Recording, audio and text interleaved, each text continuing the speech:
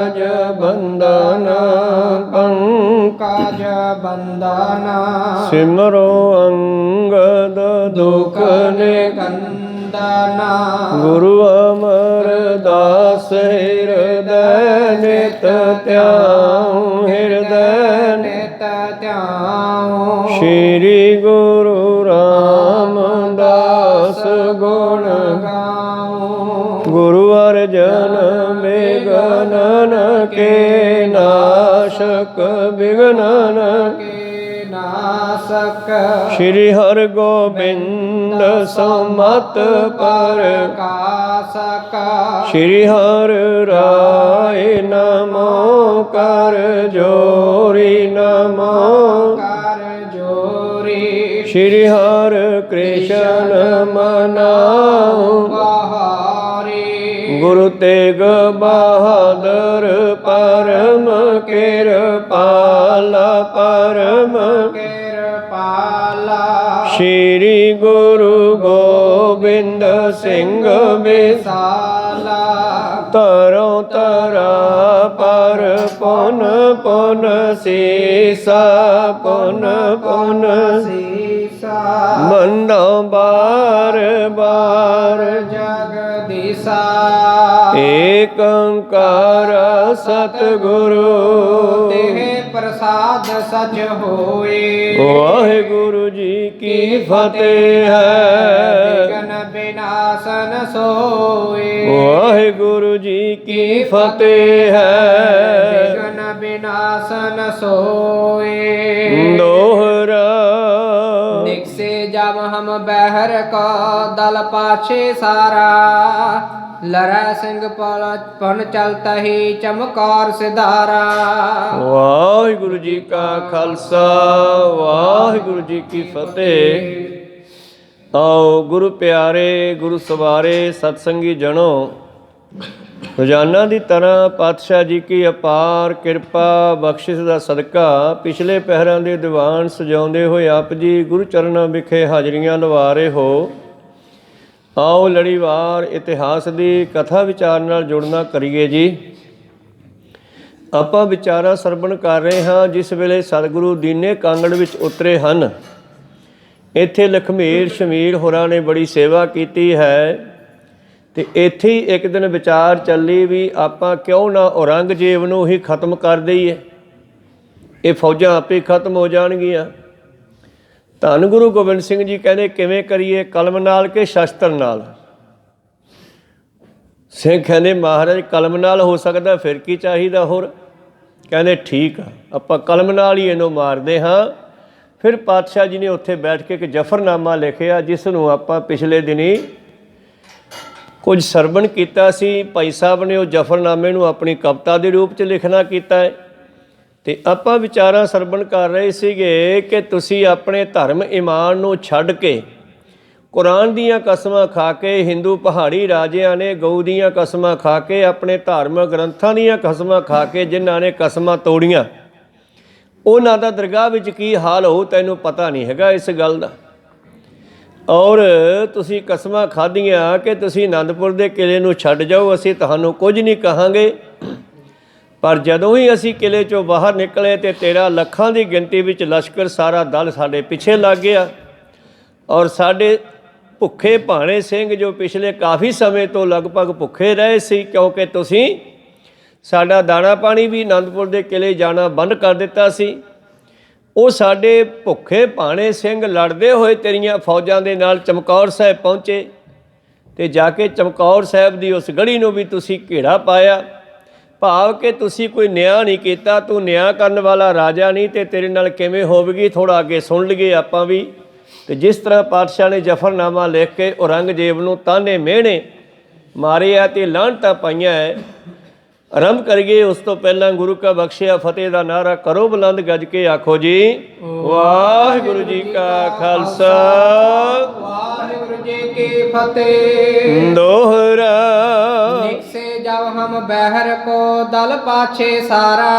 ਪਾਤਸ਼ਾਹ ਕਹਿੰਦੇ ਜਦੋਂ ਤੁਸੀਂ ਇਹ ਕਸਮਾਂ ਖਾਧੀਆਂ ਸੀ ਕਿ ਅਨੰਦਪੁਰ ਦਾ ਕਿਲਾ ਛੱਡ ਦਿਓ, ਜਿੱਧਰ ਮਰਜ਼ੀ ਚਲੇ ਜਾਓ, ਅਸੀਂ ਕੁਛ ਨਹੀਂ ਕਹਾਂਗੇ ਤੁਹਾਨੂੰ, ਪਰ ਫਿਰ ਵੀ ਅਸੀਂ ਤੁਹਾਡੀਆਂ ਮੰਨ ਕੇ ਤੁਹਾਡੀਆਂ ਕਸਮਾਂ ਤੇ ਤਵਾਰ ਕਰਕੇ ਕਿਲਾ ਛੱਡ ਦਿੱਤਾ ਤੇ ਤੇਰਾ ਸਾਰਾ ਦਲ ਲੜੈ ਸਿੰਘ ਪੁਨ ਚਲਤਾ ਹੀ ਚਮਕੌਰ ਸਿਧਾਰਾ। ਸਾਡੇ ਮਗਰ ਪੈ ਗਿਆ, ਸਾਡੇ ਤੇ ਹਮਲਾ ਕਰ ਦਿੱਤਾ ਕਸਮਾਂ ਤੋੜ ਕਰਕੇ, ਔਰ ਸਾਡੇ ਸਿੰਘਾਂ ਦੇ ਨਾਲ ਫਿਰ ਲੜਾਈ ਹੋਈ ਤੇ ਲੜਦੇ ਹੋਏ ਸਾਡੇ ਸਿੰਘ ਤੇ ਸਮੇਤ ਮੇਰੇ ਚਮਕੌਰ ਦੀ ਗੜੀ ਵਿੱਚ ਪਹੁੰਚੇ ਜਦ 40 ਮਮ ਸੰਗ ਥੇ ਸੋ ਲੜ ਕਰ ਜੂਝੇ। ਔਰ ਚਮਕੌਰ ਦੀ ਗੜੀ ਵਿੱਚ ਪਹੁੰਚਦਿਆਂ ਹੋਇਆਂ ਮੇਰੇ ਕੋਲ 40 ਸਿੰਘ ਬਾਕੀ ਬਚੇ, ਜਿਨ੍ਹਾਂ ਨੇ ਬੜੀ ਚੜ੍ਹਦੀ ਕਲਾ ਦੇ ਨਾਲ ਤੇਰੀ 10 ਲੱਖ ਫੌਜ ਦਾ ਮੁਕਾਬਲਾ ਕੀਤਾ, ਟਾਕਰਾ ਕੀਤਾ।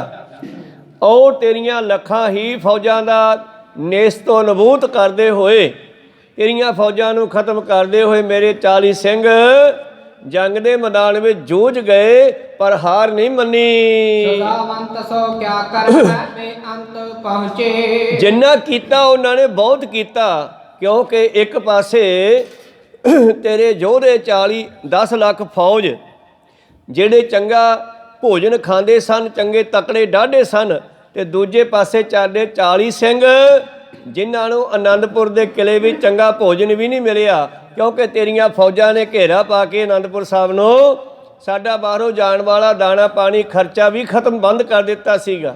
ਇਸ ਕਰਕੇ ਪਰ ਫਿਰ ਵੀ ਅਸ਼ਕੇ ਉਹਨਾਂ 40 ਸਿੰਘਾਂ ਨੇ ਜਿਨ੍ਹਾਂ ਨੇ ਤੇਰੀ ਲੱਖਾਂ ਦੀ ਗਿਣਤੀ ਵਿੱਚ ਫੌਜ ਦਾ ਖਾਤਮਾ ਕੀਤਾ ਤੇ ਜੂਝ ਗਏ ਜੀ। ਸਾਹਿਬਜ਼ਾਦੇ ਚਾਰ ਹੀ ਛਲ ਕਰ ਮਰਵਾਏ। ਤੇਰੇ ਬੰਦਿਆਂ ਨੇ ਇਹ ਜ਼ਿੰਮੇਵਾਰੀ, ਇਹਦਾ ਜਿਹੜਾ ਹੈ ਜ਼ਿੰਮੇਵਾਰੀ ਤੇਰੇ ਸਿਰ ਤੇ ਹੀ ਆਵੇਗੀ, ਕਿਉਂਕਿ ਤੂੰ ਰਾਜਾ ਹੈ।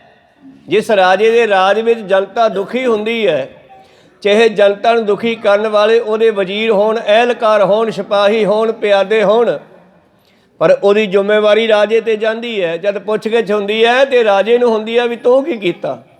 ਇਸ ਕਰਕੇ ਤੇਰੇ ਸੂਬੇਦਾਰਾਂ ਨੇ, ਵਜੀਦੇ ਵਰਗਿਆਂ ਨੇ, ਔਰ ਤੇਰੇ ਲੱਖਾਂ ਦੀ ਗਿਣਤੀ ਵਿੱਚ ਫੌਜ ਨੇ, ਮੈਨੂੰ ਪਰਮੇਸ਼ਰ ਨੇ 4 ਸਪੁੱਤਰ ਸਾਹਿਬਜ਼ਾਦੇ ਬਖਸ਼ੇ ਸਨ, ਜਿਨ੍ਹਾਂ ਨੂੰ ਤੁਸੀਂ ਛਲ ਕਰਕੇ ਧੋਖੇ ਦੇ ਨਾਲ ਮਾਰਨਾ ਕੀਤਾ ਹੈ। ਅਕਾਲ ਪੁਰਖ ਮਮ ਰਸ਼ ਕਰੇ ਦੇ ਹੱਥ ਬਚਾਏ। ਪਰ ਮੇਰਾ ਰਾਖਾ ਅਕਾਲ ਪੁਰਖ ਹੈ, ਖੜ ਕੇਤ ਮੈਂ ਸਰਨ ਤਿਹਾਰੀ, ਆਪ ਹਾਥ ਦੇ ਲਿਹੋ ਉਭਾਰੀ, ਸਰਬ ਠੌਰ ਮੋ ਹੋ ਸਹਾਈ, ਦੁਸ਼ਟ ਦੋਖ ਤੇ ਲਿਹੋ ਬਚਾਈ।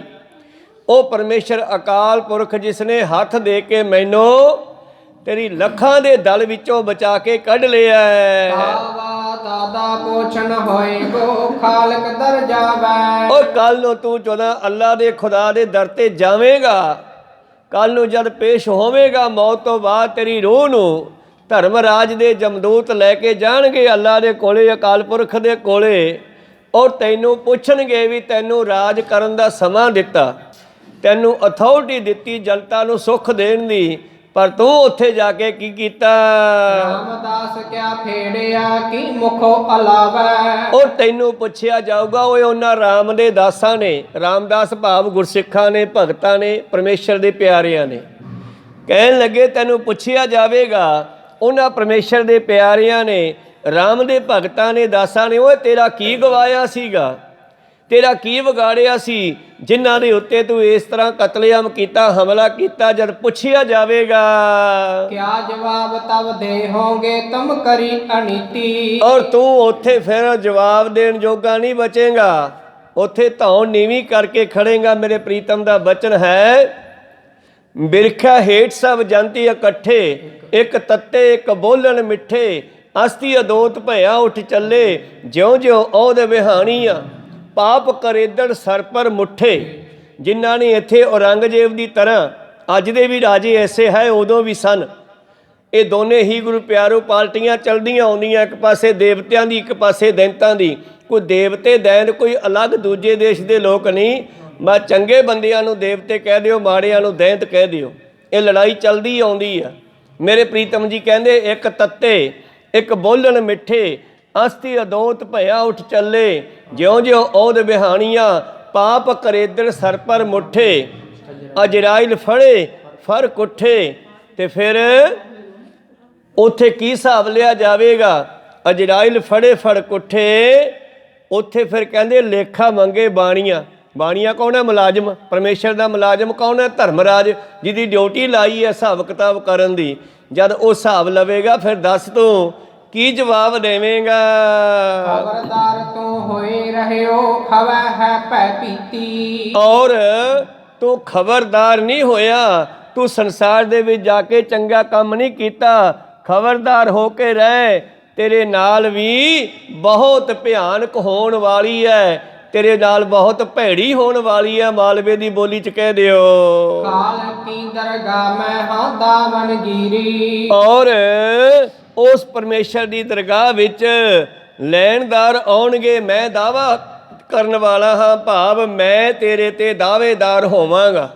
ਮੈਂ ਦਾਵਨਗੀਰੀ ਰੱਖਾਂਗਾ ਕਿ ਇਸ ਨੇ ਦੇਖੋ ਕੈਸਾ ਰਾਜ ਕੀਤਾ, ਇਹਨੂੰ ਰਾਜ ਕਰਨਾ ਨਹੀਂ ਆਇਆ। ਔਰ ਤੇਥੋਂ ਫਿਰ ਲੈਣਦਾਰ ਲੇਖਾ ਲੈਣ ਵਾਸਤੇ ਦਰਗਾਹ ਵਿੱਚ ਆਉਣਗੇ ਤੇ ਤੈਨੂੰ ਉਤਰ ਕੋਈ ਨ ਆਵ ਹੈ ਹਵੈ ਹੈ ਦਿਲਗੀਰੀ। ਤੈਨੂੰ ਉਹਨਾਂ ਦੇ ਸਾਹਮਣੇ ਕੋਈ ਜਵਾਬ ਨਹੀਂ ਆਵੇਗਾ। ਜਾਂ ਤੇਰਾ ਲੇਖਾ ਲਿਆ ਜਾਵੇਗਾ ਫਿਰ ਤੂੰ ਬੜਾ ਦਲਗੀਰ ਕਮਜ਼ੋਰ ਨਿਮਾਣਾ ਹੋ ਜਾਏਗਾ। ਨਦਰ ਉਪੱਠੀ ਜੇ ਕਰੇ ਸੁਲਤਾਨਾ ਘਾਹੋ ਕਰਾਏਂਦਾ। ਘਾਹੋ ਦਾ ਮਤਲਬ ਘਾਹ ਦਾ ਤੀਲਾ ਜਿਵੇਂ ਸਿੱਧਾ ਨਹੀਂ ਖੜ ਸਕਦਾ, ਖੱਬਲ ਦਾ ਹੋਇਆ ਦੂਜੇ ਦਾ ਹੋਇਆ, ਜਿਵੇਂ ਘਾਹ ਦਾ ਤੀਲਾ ਡਿੱਗ ਜਾਂਦਾ ਥੱਲੇ ਨੂੰ। ਕਹਿੰਦੇ ਜਦੋਂ ਪਰਮੇਸ਼ਰ ਦੀ ਨਿਗਾਹ ਪੁੱਠੀ ਹੁੰਦੀ ਆ ਨਾ, ਫਿਰ ਮਨੁੱਖ ਨੂੰ ਘਾਹ ਦੇ ਤੀਲੇ ਤੋਂ ਵੀ ਪਰਮੇਸ਼ਰ ਕਮਜ਼ੋਰ ਕਰ ਦਿੰਦਾ। ਨਦਰ ਉਪੱਠੀ ਜੇ ਕਰੇ ਸੁਲਤਾਨਾ ਘਾਹੋ ਕਰਾਏਂਦਾ। ਦਰ ਮੰਗਣ ਭਿੱਖ ਨਾ ਪਾਏਂਦਾ, ਦਰ ਮੰਗਣ ਭਿੱਖ ਨਾ ਪਾਏਂਦਾ। ਫਿਰ ਉੱਥੇ ਤੈਨੂੰ ਮੰਗਣ ਵਾਸਤੇ ਭਿੱਖਿਆ ਭਾਵ ਪਾਣੀ ਵੀ ਨਹੀਂ ਮਿਲੇਗਾ, ਤੈਨੂੰ ਨਰਕਾਂ ਵਿੱਚ ਸੁੱਟਿਆ ਜਾਵੇਗਾ। ਤਾਂ ਫਿਰ ਕੀ ਹੋਵੇਗਾ? ਤੂੰ ਬੜਾ ਦਲਗੀਰ ਕਮਜ਼ੋਰ ਹੋ ਜਾਵੇਗਾ। ਜੇਤੇ ਦੋਜਕ ਬਣੇ ਹੈ ਬਿਨਸਾਫਾਂ ਕਾਰਨ। ਬੇਇਨਸਾਫਾਂ ਕਾਰਨ ਆ ਜਿੰਨੇ ਵੀ ਨਰਕ ਬਣਾਏ ਨਾ, 18 ਕੁੰਭੀ ਨਰਕ ਦੱਸੇ ਗਏ ਨੇ। ਕੋਈ ਅੱਗ ਦਾ ਨਰਕ ਹੈ, ਕੋਈ ਲਹੂ ਪੂੰ ਦਾ ਨਰਕ ਹੈ। ਗੁਰੂ ਪਿਆਰੇ ਹੋਏ 18 ਕੁੰਭੀ ਨਰਕ ਤੇਰੇ ਵਰਗੇ ਬੇਇਨਸਾਫੀਆਂ ਵਾਸਤੇ ਬਣੇ ਨਾ। ਤੇਰੇ ਵਰਗਿਆਂ ਨੂੰ ਸਜ਼ਾਵਾਂ ਦੇਣ ਵਾਸਤੇ ਪਰਮੇਸ਼ਰ ਨੇ ਇੰਤਜ਼ਾਮ ਕੀਤਾ ਹੈ। ਜਿਹੜੇ 18 ਕੁੰਭੀ ਨਰਕ ਬਣਾਏ ਹਨ ਉਹ ਤੇਰੇ ਵਰਗਿਆਂ ਨੂੰ ਸਜ਼ਾ ਦੇਣ ਵਾਸਤੇ ਹੈ। ਫੜ ਅਗਨੀ ਜਬ ਪਾਵਸਨ ਜਲ ਕਰੈ ਪੁਕਾਰਨਾ। ਜਦੋਂ ਤੈਨੂੰ ਫੜ ਕੇ ਧਰਮਰਾਜ ਦੇ ਬੰਦੇ ਅੱਗ ਦੇ ਭਾਂਗੜਾ ਵੀ ਸਿੱਟਣਗੇ, ਤਪਦੇ ਕੜਾਹਿਆਂ ਵੀ ਸਿੱਟਣਗੇ, ਉਬਲਦੇ ਤੇਲ ਵਿੱਚ ਸਿੱਟਣਗੇ, ਫਿਰ ਤੂੰ ਮੱਚਦਾ ਹੋਇਆ ਕਹੇਗਾ ਬਚਾਓ ਬਚਾਓ, ਪਰ ਤੈਨੂੰ ਬਚਾਉਣ ਵਾਲਾ ਉੱਥੇ ਫਿਰ ਕੋਈ ਨਹੀਂ ਹੋਵੇਗਾ।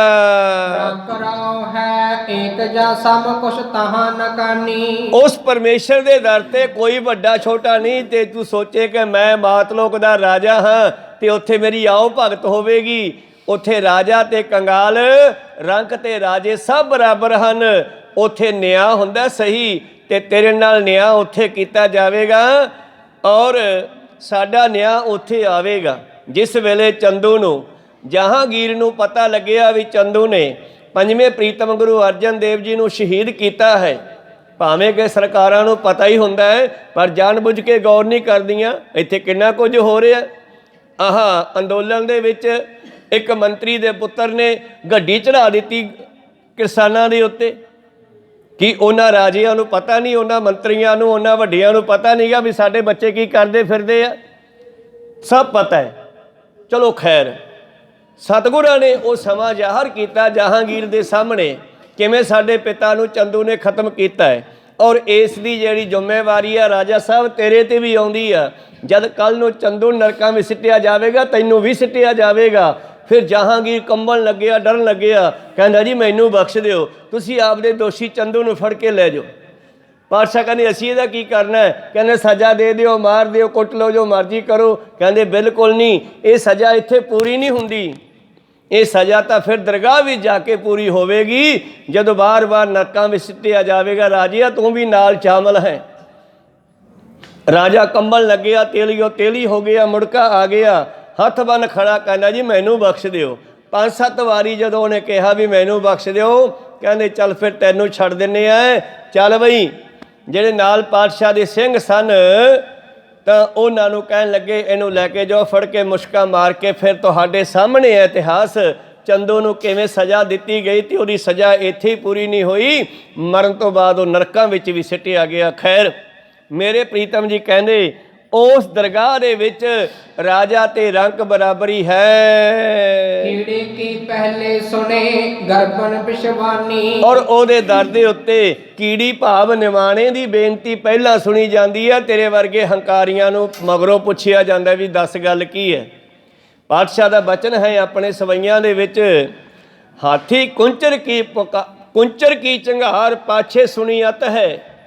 ਪਹਿਲੇ ਕੀੜੀ ਕੀ ਪੁਕਾਰ ਸੁਣੀਅਤ ਹੈ। ਪਹਿਲਾਂ ਕੀੜੀ ਦੀ ਪੁਕਾਰ ਸੁਣੀ ਜਾਂਦੀ ਹੈ, ਗਰੀਬ ਦੀ ਨਿਮਾਣੇ ਦੀ, ਤੇ ਹਾਥੀ ਵਰਗੇ ਹੰਕਾਰੀਆਂ ਨੂੰ ਮਗਰੋਂ ਪੁੱਛਿਆ ਜਾਂਦਾ ਹੈ। ਇਸ ਕਰਕੇ ਉੱਥੇ ਨਿਆਂ ਹੁੰਦਾ ਖਾਲਕ ਦਾ, ਉਸ ਖਲਕ ਦਾ, ਖਾਲਕ ਦੇ ਦਰ ਤੇ, ਪਰਮੇਸ਼ਰ ਦੇ ਦਰ ਤੇ। ਜੋ ਮਨ ਤੋਰਗ ਮਨ ਹੈ ਮਿਹਨਤ ਜੋ ਖਾਵੈ। ਉਹ ਜੇ ਤੇਰੇ ਮਨ ਵਿੱਚ ਇਹ ਹੰਕਾਰ ਹੋਵੇ ਨਾ ਬਈ ਮੈਂ ਮਿਹਨਤ ਕਰਕੇ ਖਾਣਾ, ਮਤਲਬ ਇਹ ਰਾਜੇ ਕੀ ਕਰਦੇ ਸੀ ਨਾ, ਆਪਦੇ ਖਾਣ ਜੋਗੀ ਰੋਟੀ ਆਪਦੀ ਮਿਹਨਤ ਕਰਕੇ, ਕੋਈ ਨਾ ਕੋਈ ਕੰਮ ਕਰਕੇ ਉਹਦੇ ਪੈਸੇ ਵੱਟ ਕੇ ਉਹਦੀ ਰੋਟੀ ਖਾਂਦੇ ਸੀ। ਪਰ ਇੰਨੇ ਨਾਲ ਤਾਂ ਨਹੀਂ ਸਰਨਾ ਨਾ। ਤੇਰੇ ਰਾਜ ਦੇ ਵੀ ਜਨਤਾ ਜਿਹੜੇ ਤੇਰੇ ਵਜ਼ੀਰ ਮੰਤਰੀ ਦੁੱਖ ਦੇ ਰਹੇ ਹਨ, ਰਾਜੇ ਸ਼ੀਂਹ ਮੁਕੱਦਮ ਕੁੱਤੇ ਜਾਏ ਜਗਾਨ ਬੈਠੇ ਸੁੱਤੇ। ਜਿਹੜੇ ਰਾਜੇ ਬਘਿਆੜ ਬਣ ਚੁੱਕੇ ਹੋਣ ਤੇ ਫਿਰ ਹੇਠਲਿਆਂ ਨੂੰ, ਮੁਲਾਜ਼ਮਾਂ ਨੂੰ, ਸਿਪਾਹੀਆਂ ਨੂੰ, ਹੇਠਲੇ ਮੰਤਰੀਆਂ ਨੂੰ, ਹੇਠਲੇ ਵਜ਼ੀਰਾਂ ਨੂੰ ਰੋਕਣ ਵਾਲਾ ਕੌਣ ਹੈ? ਫਿਰ ਉਹ ਵੀ ਉਸੇ ਢੰਗ ਤੇ ਚੱਲ ਪੈਂਦੇ ਹਨ। ਉਹਨਾਂ ਨੂੰ ਪਾਤਸ਼ਾਹ ਨੇ ਬਾਣੀ ਵਿੱਚ ਕੁੱਤਿਆਂ ਦਾ ਦਰਜਾ ਤੇ ਰਾਜਿਆਂ ਨੂੰ ਬਘਿਆੜਾਂ ਦਾ ਦਰਜਾ ਦਿੱਤਾ ਹੋਇਆ। ਰਾਜੇ ਸ਼ੀਂਹ ਮੁਕੱਦਮ ਕੁੱਤੇ ਜਾਏ ਜਗਾਇਨ ਬੈਠੇ ਸੁੱਤੇ।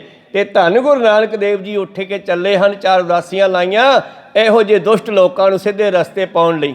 ਖੈਰ ਮਨੋਵਰਤੀਆਂ ਉੱਥੇ ਰੱਖੀਏ। ਜੇ ਤੇਰੇ ਵਿੱਚ ਹੰਕਾਰ ਹੋਵੇ ਨਾ ਮਨ ਵਿੱਚ, ਬਈ ਮੈਂ ਆਪਦੀ ਮਿਹਨਤ ਦਾ ਕਰਕੇ ਖਾਣਾ, ਰਾਜ ਅੰਸ ਨੈ ਖਾਤਾ ਹਾਂ ਮੈਂ ਬਖਸ਼ਿਆ ਜਾਵੋ। ਜੇ ਤੂੰ ਕਹੇ ਕਿ ਜਿਹੜਾ ਰਾਜ ਦਾ ਪੈਸਾ ਹੈ, ਜਨਤਾ ਦਾ ਪੈਸਾ ਹੈ, ਉਹ ਮੈਂ ਆਪਦੀ ਰੋਟੀ ਨਹੀਂ ਖਾਂਦਾ, ਠੀਕ ਹੈ, ਤੂੰ ਰੋਟੀ ਆਪਦੀ ਹੋਰ ਹਿਸਾਬ ਨਾਲ ਖਾਣਾ। ਦੱਸਦੇ ਐ ਇਹ ਕਰੋਸ਼ੀਏ ਦੇ ਨਾਲ ਮੁਸਲਮਾਨਾਂ ਵਾਲੀਆਂ ਟੋਪੀਆਂ ਬੁਣਿਆ ਕਰਦਾ ਸੀਗਾ। 2-4 ਟੋਪੀਆਂ ਨੇ ਵਿਹਲੇ ਸਮੇਂ 'ਚ ਬੁਣ ਲੈਣੀਆਂ, ਇਹਦੇ ਵਜ਼ੀਰਾਂ ਨੇ ਉਹ ਵੇਚ ਆਉਣੀਆਂ ਤੇ ਉਹਦੇ ਜਿਹੜੇ ਪੈਸੇ ਲਿਆਉਣੇ, ਉਹਦਾ ਪ੍ਰਸ਼ਾਦਾ ਇਹਨੇ ਖਾਣਾ ਬਣਾ ਕੇ। ਕਹੋ ਸਤਨਾਮ। ਪਰ ਪਾਤਸ਼ਾਹ ਕਹਿੰਦੇ ਜੇ ਤੂੰ ਕਹੇ ਨਾ ਕਿ ਮੈਂ ਰਾਜ ਅੰਸ਼ ਭਾਵ ਟੈਕਸਾਂ ਵਾਲਾ ਜਨਤਾ ਦਾ ਪੈਸਾ, ਰਾਜ ਦਾ ਅੰਸ਼ ਨਹੀਂ ਖਾਂਦਾ, ਮਾਨ ਤਵ ਝੂਠ ਹੈ ਕੋੜੇ ਜਬ ਖਾਹੀ। ਕਹਿਣ ਲੱਗੇ ਓਏ ਤੇਰਾ ਹੰਕਾਰ ਜਿਹੜਾ ਹੈ ਉੱਥੇ ਟੁੱਟ ਜਾਵੇਗਾ, ਇਹ ਤੇਰਾ ਘਮੰਡ ਉੱਥੇ ਝੂਠਾ ਪੈ ਜਾਵੇਗਾ। ਘੋੜੇ ਜੋ ਖਾਂਦੇ ਹਨ ਉਹਨਾਂ ਦੀ ਬਲੀ ਨਹੀਂ ਹੋ ਜਾਂਦੇ। ਹੋਏ ਪੀ ਬਲੀ ਨਾ ਹੋਏ ਗਏ ਭਾਰੇ ਮਰ ਜਾਹੀ। ਜੇ ਘੋੜੇ ਕਹਿਣ ਵੀ ਅਸੀਂ ਤਾਂ ਘਾਹ ਖਾਂਦੇ ਐ ਤੇ ਉਹ ਕਿਹੜਾ ਬਲੀ ਬਣ ਜਾਂਦੇ ਆ ਫਿਰ। ਇਸੇ ਕਰਕੇ ਤੋਂ ਜੇ ਕਹੇ ਕਿ ਮੈਂ ਹੱਥੀਂ ਬਣਾ ਕੇ ਖਾਂਦਾ ਹਾਂ, ਬਖਸ਼ਿਆ ਨਹੀਂ ਜਾਵੇਗਾ, ਕਿਉਂਕਿ ਤੇਰੇ ਰਾਜ ਦੇ ਵਿੱਚ ਕਤਲੇਆਮ ਬਹੁਤ ਹੋਏ ਆ, ਗਊ ਗਰੀਬ ਦਾ, ਬੱਚਿਆਂ ਦਾ, ਬੁੱਢੀਆਂ ਦਾ, ਔਰ ਸਾਡੇ ਸਿੱਖਾਂ ਨੂੰ ਬਿਨਾਂ ਕਾਰਨ ਮਾਰਿਆ ਗਿਆ। ਜਿਹੜਾ ਬਲੀ ਨਾ ਹੋਇਓ ਤੋ ਰੰਗ ਕਾ ਤੂੰ ਕਿਸ ਬਿਦ ਹੋਵੈ। ਜੇ ਘੋੜਾ ਬਲੀ ਨਾ ਹੋ ਸਕਿਆ, ਜੇ ਘੋੜਾ ਕਹੇ ਕਿ ਮੈਂ ਤਾਂ ਘਾਹ ਖਾਨਾ, ਮੈਂ ਤਾਂ ਕਿਸੇ ਦਾ ਮਾਸ ਖਾਂਦਾ ਨਹੀਂ, ਮੈਂ ਬਖਸ਼ਿਆ ਜਾਵਾਂਗਾ? ਬਿਲਕੁਲ। ਜੇ ਘੋੜਾ ਬਲੀ ਨਹੀਂ ਹੋ ਸਕਦਾ, ਫਿਰ ਤੂੰ ਕਿਵੇਂ ਪ੍ਰਵਾਨ ਹੋ ਸਕਦਾ? ਉੱਥੇ ਤੈਨੂੰ ਕਿਵੇਂ ਮਾਫ ਕੀਤਾ ਜਾ ਸਕਦਾ ਹੈ? ਝੂਠੇ ਕਰ ਹੈ ਗੁਮਾਨ ਤੂੰ ਅਕਬਤ ਸਭ ਖੋਵੈ। ਇਸ ਕਰਕੇ ਤੂੰ ਝੂਠਾ ਹੰਕਾਰ ਕਰਦਾ ਹੈ ਤੇ ਪਰਲੋਕ ਵਿੱਚ ਤੇਰੇ ਨਾਲ ਜੋ ਹੋਣੀ ਹੈ ਉਹ ਫਿਰ ਸਾਨੂੰ ਪਤਾ ਕਿਵੇਂ ਹੋਣੀ ਹੈ। ਇਸ ਤਰ੍ਹਾਂ ਪਰਲੋਕ ਦੇ ਵਿੱਚ ਤੇਰਾ ਜਿਹੜਾ ਹੈ ਬੇਇੱਜ਼ਤੀ ਹੋਣੀ ਆ, ਤੈਨੂੰ ਨਰਕਾਂ ਵਿੱਚ ਸਿੱਟਿਆ ਜਾਣਾ ਹੈ। ਜਿਹੜਾ ਤੇਰੇ ਹਿਰਦੇ ਵਿੱਚ ਘਮੰਡ ਹੈ ਨਾ, ਉਹ ਸਾਰਾ ਉੱਥੇ ਟੁੱਟ ਜਾਵੇਗਾ। ਤੂੰ ਕਹਿੰਦਾ ਹੈ ਜੋਰਿਤ ਤੋਰ ਗਮਾਨ ਹੈ ਮੈਂ ਪੜੋ ਕੁਰਾਨਾ। ਜੇ ਤੇਰੇ ਮਨ ਵਿੱਚ ਇਹ ਹੰਕਾਰ ਹੋਵੇ ਕਿ ਮੈਂ ਬਹੁਤ ਵੱਡਾ ਹਾਜੀ ਹਾਂ, ਮੈਂ ਮੱਕੇ ਜਾ ਕੇ ਹੱਜ ਕਰਕੇ ਆਉਣਾ, ਕਈ ਵਾਰੀ ਸਾਨੂੰ ਹੰਕਾਰ ਹੋ ਜਾਂਦਾ, ਗੁਰੂ ਵਾਲੇ ਬਣਨ ਨੂੰ ਤਿਆਰ ਨਹੀਂ ਤੇ ਯਾਤਰਾ ਦੇ ਤੌਰ ਤੇ ਅਸੀਂ ਧਾਰਮਿਕ ਸਥਾਨਾਂ ਦੀ ਯਾਤਰਾ ਕਰੇ ਆਉਣੇ ਆ, ਤੇ ਫਿਰ ਆਂਢੀਆਂ ਗੁਆਂਢ ਕਹਿਣੇ ਆ ਲੈ ਮੈਂ 5 ਵਾਰੀ ਹਜੂਰ ਸਾਹਿਬ ਜਾ ਆਇਆ। ਬਾਬੇ ਨੇ ਕਿਹਾ 60 ਸਾਲ ਤੋਂ ਪਹਿਲਾਂ ਹਜੂਰ ਸਾਹਿਬ ਆ ਜਾਓ। ਇਹਦਾ ਮਤਲਬ ਇਹ ਨਹੀਂ ਬਈ ਬੱਸ ਤੇ ਚੜ੍ਹ ਕੇ ਹਜੂਰ ਸਾਹਿਬ ਜਾਏ ਤੇ ਬਖਸ਼ੇ ਗਏ। ਹਜੂਰ ਦਾ ਮਤਲਬ ਹੈ ਨੇੜੇ ਆ ਜਾਓ, ਓਏ ਮੇਰੇ ਬਣ ਜਾਓ, ਗੁਰੂ ਵਾਲੇ ਬਣ ਜਾਓ। ਹਜੂਰ ਸਾਹਿਬ ਤਾਂ ਭਾਵੇਂ 10 ਵਾਰੀ ਜਾਏ ਪਰ ਅੰਮ੍ਰਿਤ ਛਕਣ ਨੂੰ ਤਿਆਰ ਨਹੀਂ ਹੋਏ ਹਲੇ। ਕਹੋ ਸਤਨਾਮ। ਕਿਉਂਕਿ ਪ੍ਰਥਾਏ ਸਾਖੀ ਮਹਾਂਪੁਰਖ ਬੋਲਦੇ ਸਨ ਜੀ ਸਗਲ ਜਹਾਨੇ। ਰੱਬ ਦੇ ਪਿਆਰੇ ਜੋ ਗੱਲ ਕਰਦੇ ਆ ਕਿਸੇ ਇੱਕ ਵਾਸਤੇ ਨਹੀਂ, ਸਾਰੀ ਦੁਨੀਆ ਵਾਸਤੇ ਹੁੰਦੀ ਆ। ਇੱਥੇ ਔਰੰਗਜ਼ੇਬ ਨੂੰ ਕਹਿੰਦੇ ਜੇ ਤੂੰ ਕਹੇ ਕਿ ਮੈਂ ਰੋਜ਼ਾਨਾ ਕੁਰਾਨ ਪੜ੍ਹਦਾ ਹਾਂ ਮੈਂ ਬਖਸ਼ਿਆ ਜਾਵਾਂਗਾ, ਬਖਸ਼ਿਸ਼ ਤੇ ਛੋਟ ਹੋ ਸਭ ਝੂਠ ਕਮਾਨਾ। ਪਰ ਜਦ ਤੇਰੇ ਹਿਰਦੇ ਦੇ ਵਿੱਚ ਝੂਠ ਹੈ ਤੇ ਬਾਹਰੋਂ ਕੁਰਾਨ ਪੜ੍ਹਨ ਦਾ ਕੀ ਫਾਇਦਾ। ਪਾਠ ਪੜਿਓ ਅਰ ਭੇਦ ਵਿਚਾਰਿਓ ਨਿਵਲ ਭਿਅੰਗਮ ਸਾਧੇ, 5 ਜਣਾ ਸਿਓ ਸੰਗ ਨਾ ਛੁਟਕਿਓ 5 ਵਿਕਾਰ ਅੰਦਰਲੇ ਉਹ ਛੱਡੇ ਨਹੀਂ। ਜ਼ੁਲਮ ਕਰਨਾ ਛੱਡਿਆ ਨਹੀਂ, ਈਰਖਾ ਕਰਨੀ ਛੱਡੀ ਨਹੀਂ, ਕ੍ਰੋਧ ਕਰਨਾ ਛੱਡਿਆ ਨਹੀਂ, ਕਾਮ ਵਾਸ਼ਨਾਵਾਂ ਛੱਡੀਆਂ ਨਹੀਂ, ਤੂੰ ਕਿਵੇਂ ਬਖਸ਼ਿਆ ਜਾਵੇਂਗਾ। 5 ਜਣਾ ਸਿਓ ਸੰਗ ਨਾ ਛੁਟਕਿਓ ਅੱਜ ਕੇ ਅਹਮ ਬੁੱਧ ਵਾਦੇ ਪਿਆਰੇ ਇਨ ਵੇਲੇ ਮਿਲਣ ਨਾ ਜਾਈ। ਇਉਂ ਪਰਮੇਸ਼ਰ ਦੇ ਦਰ ਤੇ ਤੂੰ ਪ੍ਰਵਾਨ ਨਹੀਂ ਹੋ ਸਕਦਾ ਮਿੱਤਰਾ। ਪਿਆਰੇ ਇਨ ਵੇਲੇ ਮਿਲਣ ਨਾ ਜਾਈ ਮੈਂ ਕੀਏ ਕਰਮ ਅਨੇਕਾ, ਭਾਵ ਇਹੋ ਜਿਹੇ ਕਰਮਕਾਂਡ ਦੁਨੀਆ ਬਹੁਤ ਕਰਦੀ ਆ ਪਰ ਐਦਾਂ ਮਾਫ ਨਹੀਂ ਹੁੰਦੇ। ਫਿਰ ਕੀ ਕਰੀਏ। ਮਹਾਰਾਜ ਨੂੰ ਪੁੱਛੀਏ ਹਾਰ ਪਰਿਓ ਸੁਆਮੀ ਕੇ ਦੁਆਰੇ, ਅਖੀਰ ਗੁਰੂ ਕੋਲੇ ਆ ਕੇ ਬੈਠਿਆ ਮਹਾਰਾਜ ਤੁਸੀਂ ਦੱਸੋ ਫਿਰ ਕਿਵੇਂ ਬਖਸ਼ੇ ਜਾਵਾਂਗੇ। ਹਾਰ ਪਰਿਓ ਸੁਆਮੀ ਕੇ ਦੁਆਰੇ ਦੀਜੈ ਬੁੱਧ ਬਵੇਕਾ।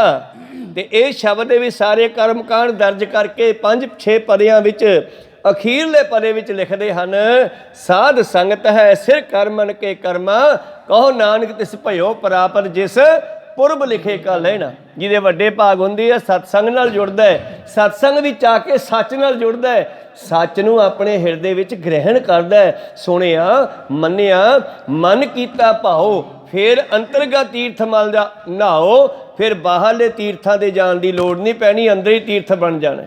ਵਰਨਾ ਔਰੰਗਜ਼ੇਬ ਨੂੰ ਕਹਿ ਰਹੇ ਹਨ ਕਿ ਜੇ ਤੂੰ ਕਹੇ ਕਿ ਕੁਰਾਨ ਪੜ੍ਹ ਕੇ ਮੈਂ ਬਖਸ਼ਿਆ ਜਾਵਾਂਗਾ ਤੂੰ ਬਿਲਕੁਲ ਨਹੀਂ ਬਖਸ਼ਿਆ ਜਾਵੇਂਗਾ, ਕਿਉਂਕਿ ਤੂੰ ਹਿਰਦੇ ਵਿੱਚੋਂ ਹਜੇ ਝੂਠ ਛਲ ਫਰੇਬ ਕਪਟ ਕੱਢਿਆ ਨਹੀਂ। ਮੁਖ ਤੇ ਪੜ੍ਹੈ ਕੁਰਾਨ ਕੋ ਦਿਲ ਕਪਟ ਬਸਿੱਖਾ। हाँ मुख में राम राम बगल में छुरियां, ऐसे लोग कदे प्रवान नहीं होंगे, माफ नहीं होंगे।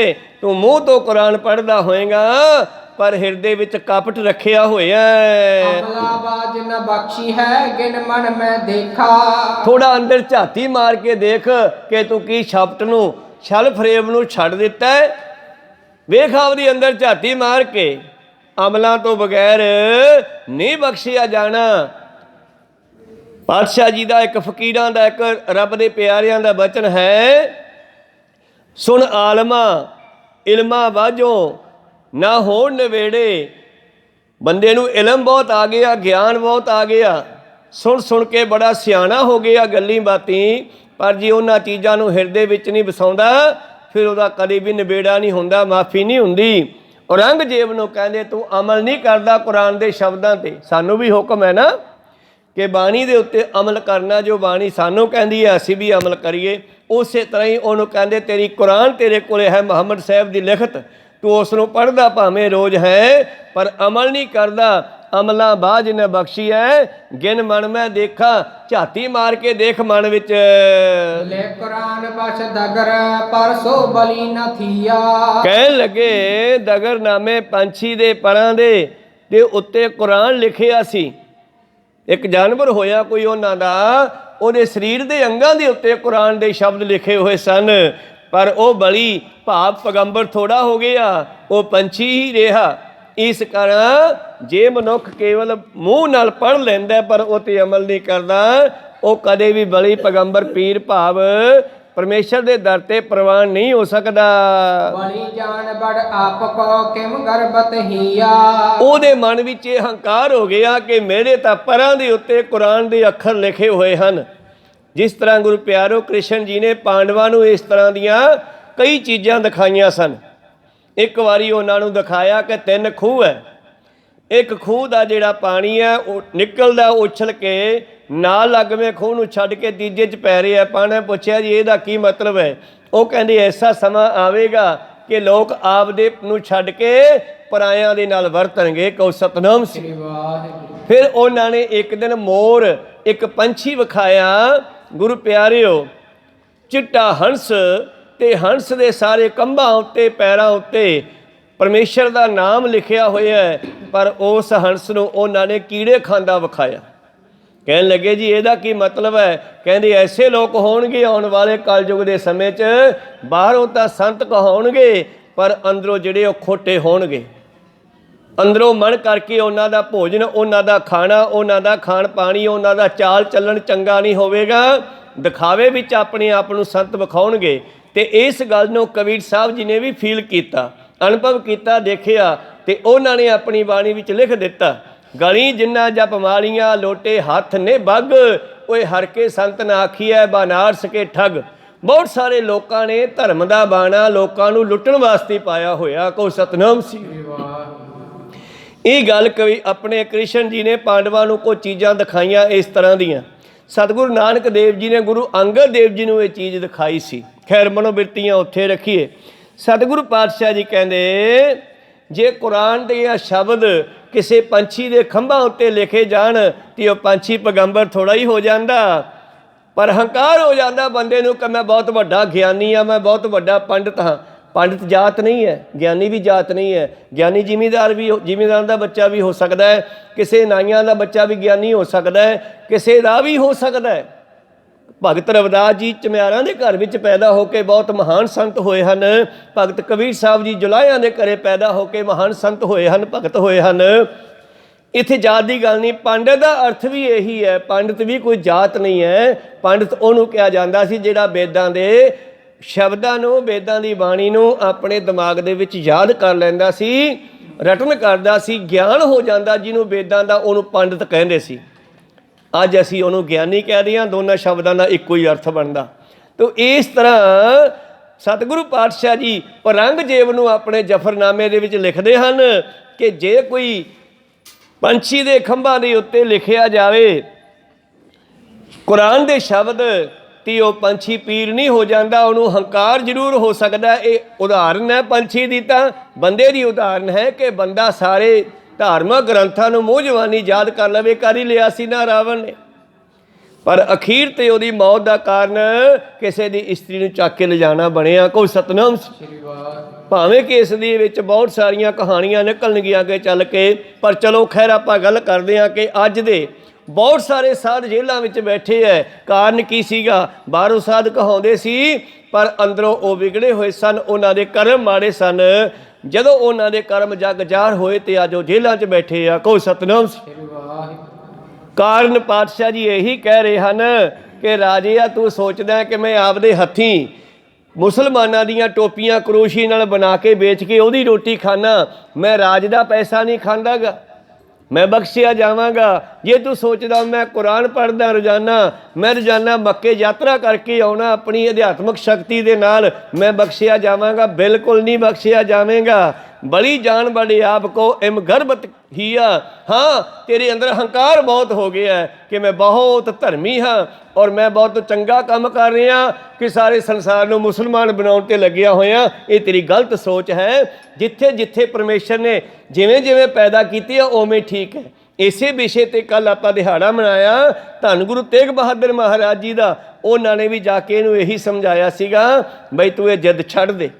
ਜਿਹੜੇ ਧਰਮ 'ਚ ਪੈਦਾ ਹੋਇਆ ਉਹਨੂੰ ਆਪਣੇ ਧਰਮ ਦੇ ਵਿੱਚ ਰਹਿਣਾ ਚਾਹੀਦਾ ਹੈ। ਤੂੰ ਧੱਕੇ ਦੇ ਨਾਲ ਕਿਸੇ ਨੂੰ ਮੁਸਲਮਾਨ ਬਣਾ ਕੇ ਪਾਰ ਨਹੀਂ ਲਾ ਸਕਦਾ ਗਾ।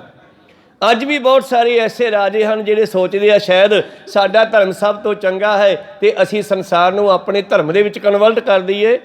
ਪਰਮੇਸ਼ਰ ਕਮਲਾ ਥੋੜ੍ਹਾ ਹੀ ਹੈ, ਪਰਮੇਸ਼ਰ ਬਹੁਤ ਸਿਆਣਾ ਹੈ। ਜਿਸ ਨੂੰ ਜਿੱਥੇ ਪੈਦਾ ਕੀਤਾ ਉਹਨੇ ਠੀਕ ਕੀਤਾ। ਕੋ ਸਤਨਾਮ ਸ੍ਰੀ ਵਾਹਿਗੁਰੂ। ਹਮ ਕੋ ਹਮਾਰਾ ਖੂਬ, ਤੁਮ ਕੋ ਤੁਮਾਰਾ ਖੂਬ।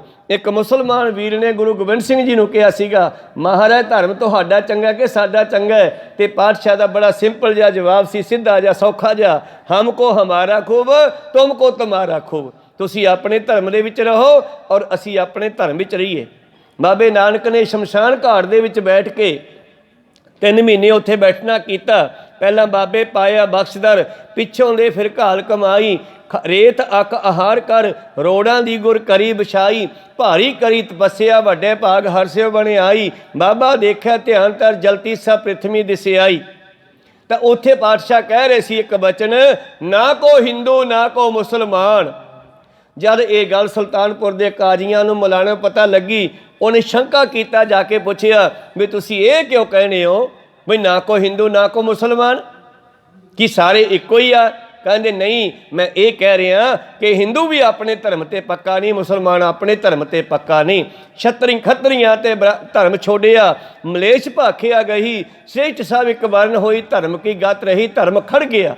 ਗਤੀ ਹੁੰਦੀ ਹੈ ਚਾਲ, ਧਰਮ ਦੀ ਚਾਲ ਖੜ ਗਈ ਹੈ, ਦੁਨੀਆ ਧਰਮ ਖਤਮ ਹੋ ਗਿਆ। ਮੇਰੇ ਪ੍ਰੀਤਮ ਜੀ ਕਹਿੰਦੇ ਔਰੰਗਜ਼ੇਬ ਨੂੰ, ਗੱਲ ਸੁਣ ਲਾ, ਤੈਨੂੰ ਹੰਕਾਰ ਹੋ ਗਿਆ ਕਿ ਮੈਂ ਬਹੁਤ ਚੰਗੇ ਕੰਮ ਕਰ ਰਿਹਾ। ਜੇਕਰ ਤੁਝੈ ਗਮਾਨ ਜੈ ਮੈਂ ਬੰਦਗੀ ਕਹਿਓ, ਜੇ ਤੂੰ ਕਹੇ ਕਿ ਮੈਂ ਬੰਦਗੀ ਕਰਦਾ ਹਾਂ ਬਹੁਤ, ਮੈਂ ਮੱਕੇ ਚਲਿਆ ਜਾਂਦਾ ਆਪਣੀ ਅਧਿਆਤਮਕ ਸ਼ਕਤੀ ਦੇ ਨਾਲ, ਜੇ ਤੈਨੂੰ ਇਸ ਗੱਲ ਦਾ ਹੰਕਾਰ ਹੋਵੇ। ਪਾਠ ਰਵਾਇਤਾਂ ਦੋਏ ਚਾਰ ਇਨ ਬਖਸ਼ ਮਿਲੈ ਹੈਓ। ਔਰ ਤੂੰ 2-4 ਰਵਾਇਤਾਂ ਭਾਵ ਐਤਾਂ, ਅਸੀਂ ਸ਼ਬਦ ਕਹਿੰਦੇ ਆ ਗੁਰਬਾਣੀ ਵਿੱਚ, ਕੁਰਾਨ ਦੇ ਸ਼ਬਦਾਂ ਨੂੰ ਐਤ ਕਹਿੰਦੇ ਆ। ਜੇ ਤੂੰ 2-4 ਐਤਾਂ ਕੁਰਾਨ ਦੀਆਂ ਪੜ੍ਹ ਕੇ ਇਹ ਸੋਚੇ ਕਿ ਮੈਂ ਬੜੀ ਬੰਦਗੀ ਕਰਦਾ ਹਾਂ, ਤਿਸ ਕਾ ਨਾਮ ਹੈ ਮਨ ਕਰੇ ਮੁਖਾਲਸ। ਔਰ ਤੂੰ ਸਮਝਦਾ ਕਿ ਮੈਂ ਬਖਸ਼ਿਆ ਜਾਵਾਂਗਾ, ਤੂੰ ਬਖਸ਼ਿਆ ਨਹੀਂ ਜਾਵੇਂਗਾ। ਕੋਈ ਇਸ ਤਰ੍ਹਾਂ ਬੰਦਗੀ ਸਮਝ ਸਕੇ। ਬੰਦਗੀ ਕਿਸ ਦਾ ਨਾਮ ਹੈ? ਜਿਹੜਾ ਆਪਣੇ ਮਨ ਨੂੰ ਮੁਖਾਲਸ ਆਪਣੇ ਮਨ ਨੂੰ ਜੋ ਮੂੰਹ ਵਿੱਚ ਆ ਉਹ ਹਿਰਦੇ ਵਿੱਚ ਹੋਵੇ, ਜਿਹੜਾ ਆਪਣੇ ਮਨ ਨੂੰ ਪਵਿੱਤਰ ਕਰੇ। ਮਨ ਜੀਤੇ ਜਗ ਜੀਤ, ਬਾਬੇ ਨਾਨਕ ਦਾ ਬਚਨ ਹੈ। ਤਾਂ ਉਲਟਾ ਫਰਬਹਾ ਤੁਧ ਕੀਆ ਮਨ ਕੀਨੀ ਲਾਲਸ। ਪਰ ਤੂੰ ਤਾਂ ਇਹਦੀ ਉਲਟ ਚੱਲਿਆ ਹੋਇਆ ਹੈ। ਤੂੰ ਮਨ ਨੂੰ ਸਾਫ਼ ਨਹੀਂ ਕਰ ਰਿਹਾ, ਮਨ ਨੂੰ ਪਵਿੱਤਰ ਨਹੀਂ ਕਰ ਰਿਹਾ। ਤੂੰ ਤਾਂ ਮਨ ਦੇ ਵਿੱਚ ਉਲਟਾ ਬੜੀ ਲਾਲਸਾ ਭਰੀ ਹੋਈ ਹੈ। ਤੂੰ ਤਾਂ ਲਾਲਚੀ ਬਣ ਗਿਆ ਹੈ ਕਿ ਸ਼ਾਇਦ ਮੈਂ ਸਾਰੇ ਭਾਰਤ ਨੂੰ, ਸੰਸਾਰ ਨੂੰ ਜੇ ਮੁਸਲਮਾਨੀ ਧਰਮ ਵਿੱਚ ਲੈ ਜਾਵਾਂ ਤੇ ਪਰਮੇਸ਼ਰ ਖਾਲਕ ਖੁਦਾ ਜਿਹੜਾ ਹੈ ਮੈਨੂੰ ਬਖਸ਼ ਲਵੇਗਾ।